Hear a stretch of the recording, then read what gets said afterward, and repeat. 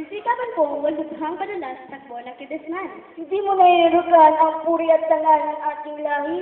Hindi na po, Lola, at pagsisikapan ko mabigyang karangalan ng ating wikang Pilipino. Ay, salamat Adel at ikay alinawan.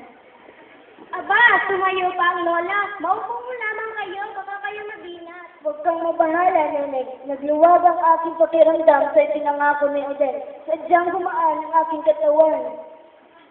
Tunay na makakaya ng ating Lola, Nanay. At sadyang magmahal sa sariling wika. Mabuhay ang Lola! Mabuhay ang sariling wika! Sana po ay naintindihan niyo na ang kahalagahan ng ating wika. Ang mga tauhan sa dula-dulaan. Si April Nanay Mate bilang si Tandang Josefa. Teresa J. Lagaak bilang si Neneng. Aini Katrina Fabular bilang si Lourdes. Beverly Ann Luzares bilang si Charlotte. At si Clara May Silio bilang si Nina. At yun po ang aming munting dula-dulaan. Sana po ay nagustuhan ninyo.